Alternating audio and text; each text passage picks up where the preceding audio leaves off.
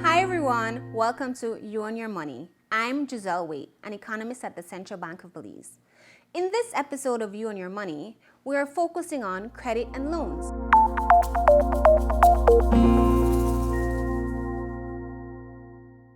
I'm sure you've heard the old adage, to own you have to owe. However, the big question should always be, what do you want to owe for? The list of common purposes for loans include financing education, medical crises, buying a house, large purchases such as a car, household items, covering an emergency expense, and/or consolidating debt.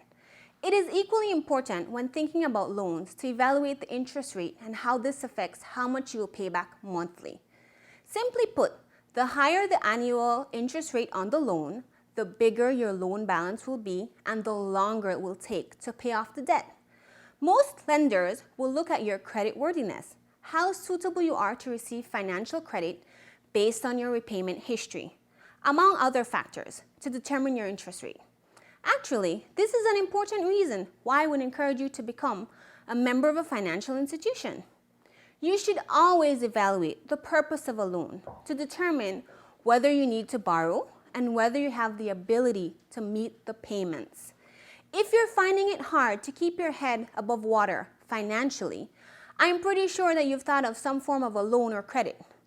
Though a loan may temporarily solve your problems, before signing on the line, you should be sure to understand the terms and conditions put forth by the lender that you will have to follow or face penalties.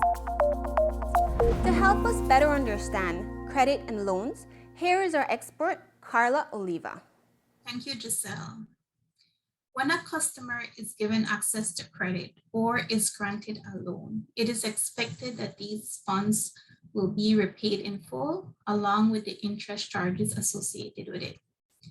Therefore, it is important to remember that as a borrower, you enter into an agreement with the financial institution committing to repay these monies in full with a specified interest rate at a given frequency by a given date. Credit, which can take the form of a credit card, line of credit, or overdraft, does not have a structured repayment. However, these types of products carry higher interest rates than those for loans. As such, loans carry lower interest rates and have structured repayments. Loans can be secured, meaning that a collateral is pledged, and normally it would be an asset that the bank has the legal right to seize should you default on your payment. Carla, so if there are secured loans, are there unsecured loans? Yes, Giselle, there are also unsecured loans. Unsecured loans would not require collateral to be in place. Oftentimes, these loans would be low value due to that fact. Examples of unsecured loans would be credit cards, quick payday loans, and maybe loans for medical expenses. Thanks, Carla, for that useful information. We now go to Arden for some tips. Before we leave, I have 3 tips to help you with credit and loans. Tip number 1, borrow when necessary. Live within your financial means and do not exceed what you can pay off, especially if you have an emergency. Experts say don't let your consumer debt, like personal loans or car loans, exceed more than 60% of your total yearly income after taxes. If you're going to exceed 60%, it should be for investing in an asset like a house. Tip number 2, determine which loan products or credit best suits your purpose for borrowing. Shop around and compare the products being offered by the different financial institutions before deciding which one best fits your personal circumstances.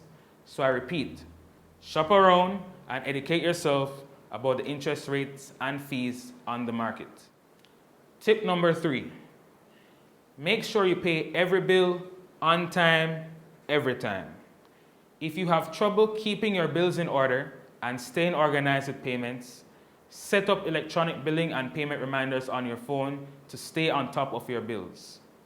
Missing the payment dates can be costly, as you will often have to pay late fees in addition to the payment.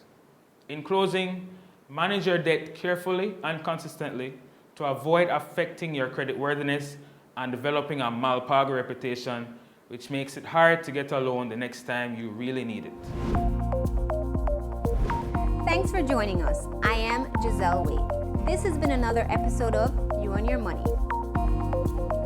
You and Your Money web series is powered by the Central Bank of Belize.